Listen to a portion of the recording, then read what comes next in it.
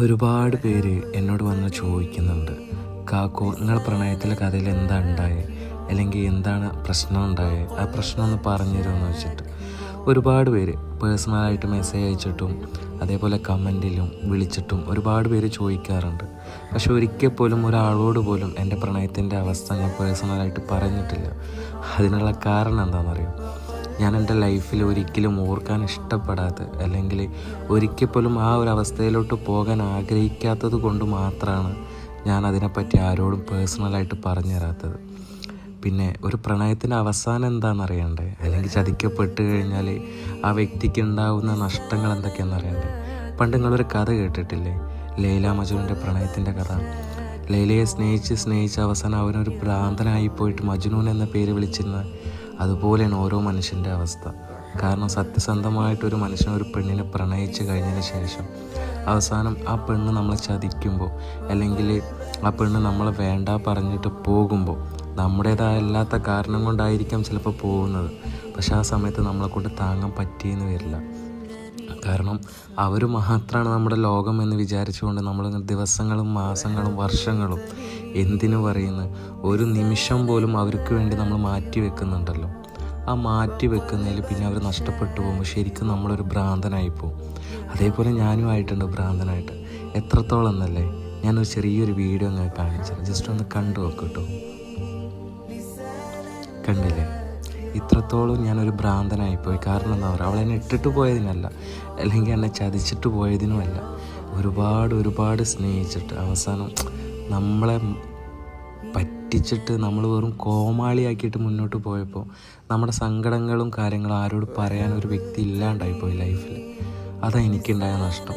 പിന്നീട് അതൊരു സ്വയം ജീവൻ അവസാനിപ്പിക്കുന്ന ഒരവസ്ഥയിൽ പോലും ഞാൻ എത്തിപ്പെട്ടിട്ടുണ്ട്. പക്ഷേ പല ആൾക്കാർ എന്നെ ഇതിൽ മോശമായിട്ട് കമൻ്റ് ഇടുന്ന ഞാൻ കണ്ടിട്ടുണ്ട്, അല്ലെങ്കിൽ അവൾക്ക് വേണ്ടി സപ്പോർട്ട് ചെയ്തിട്ട് വാദിച്ച് വരുന്നവരുണ്ട്.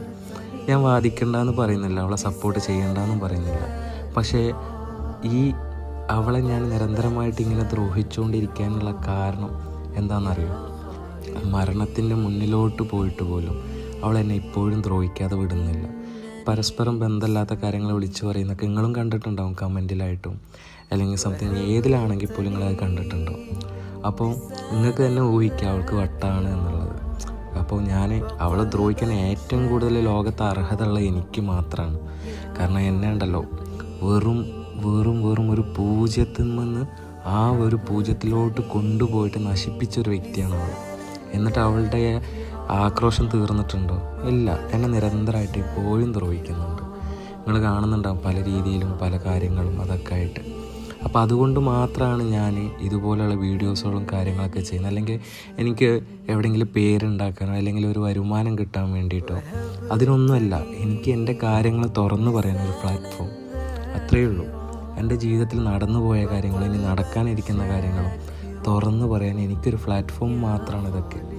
ഒരിക്കൽ കൂടി നിങ്ങളൊന്ന് മനസ്സിലാക്കണം. കാരണം എനിക്ക് നിങ്ങളോട് പേഴ്സണലായിട്ട് ഒരു ദേഷ്യമില്ല, നിങ്ങൾക്ക് എന്നോടുമില്ല. ചിലപ്പോൾ നിങ്ങൾക്ക് ആരെങ്കിലും പറഞ്ഞയച്ചിട്ട് വന്നിട്ടായിരിക്കും നിങ്ങൾ ബാഡ് കമൻ്റ് ഇടുന്നത്, അല്ലെങ്കിൽ എന്നെ തെറി വിളിക്കുന്നത്, അല്ലെങ്കിൽ മോശമായിട്ട് ചിത്രീകരിക്കുന്നത്. അതിനൊന്നും എനിക്ക് പരാതിയും പരിഭവവും ഒന്നുമില്ല.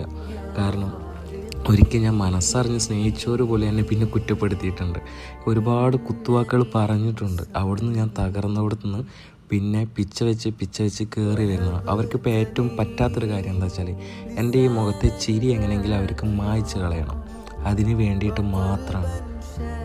പിന്നെ എല്ലാവരും ആഗ്രഹിക്കാത്ത ഒരൊറ്റ കാര്യമാണ് മരണം. അതുപോലും ഞാൻ ആഗ്രഹിച്ചിട്ട് അതിൻ്റെ വക്കിൽ വരെ എത്തിയിട്ടുണ്ട്. എനിക്ക് വേണ്ടി എൻ്റെ നാട്ടിൽ ഖബർ വരെ കുഴിച്ചിട്ടുണ്ട്. അതറിയോ? കാരണം എന്താ, ഉറക്കെ ഒരു പ്രണയത്തിൻ്റെ പേര് പറഞ്ഞിട്ടാണ്.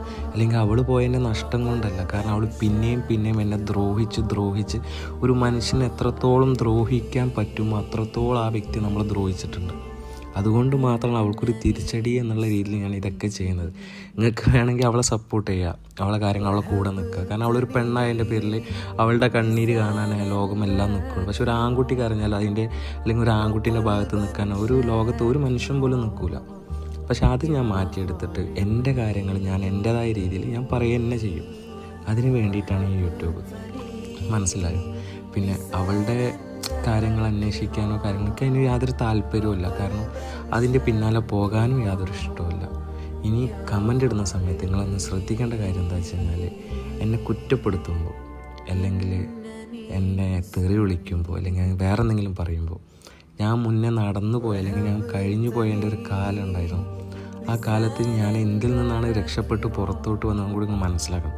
ഇന്നല്ലെങ്കിൽ നാളെ നിങ്ങൾക്കും അതുപോലെ ഒരു ഗതി വരും. കാരണം ലോകത്ത് പ്രണയിക്കാത്ത ഒരു വ്യക്തികളുമില്ല. പരസ്പരം ആണ് പെണ്ണിനെയും ചതിക്കും, പെണ്ണ് ആണിനെയും ചതിക്കും ഇല്ലേ? അത് ഇന്ന് എനിക്കാണെങ്കിൽ നാളെ എനക്ക് കിട്ടും. ആദ്യം അത് മനസ്സിലാക്കിയിട്ട് ആ വ്യക്തിയുടെ കൂടെ നിൽക്കുക. എന്നിട്ട് എനിക്ക് വേണ്ടി കൂടുതൽ നിങ്ങൾ സപ്പോർട്ട് തരണമെന്നില്ല, ഞാനൊന്നും പറഞ്ഞിട്ടില്ല. ഞാൻ ഇടുന്ന കാര്യങ്ങൾക്ക് നിങ്ങൾ അവളെ സപ്പോർട്ട് ചെയ്ത് തരുന്ന സമയത്ത് എന്നെ എൻ്റെ വീട്ടുകാരെയും തെറി വിളിക്കാതിരിക്കുക. കാരണം ഞാൻ അത് ഇടാനുള്ള കാരണം എന്താണെന്ന് വെച്ച് കഴിഞ്ഞാൽ എന്നെ അത്രത്തോളം നശിപ്പിച്ച ഒരേ ഒരു പെണ്ണ് ഇവൾ മാത്രമാണ്. അതുകൊണ്ട് മാത്രമാണ് ഞാൻ ഇതുപോലത്തെ വീഡിയോസുകൾ മാത്രം സെലക്ട് ചെയ്തിട്ട് ഞാൻ ചെയ്യുന്നത്. മനസ്സിലായോ?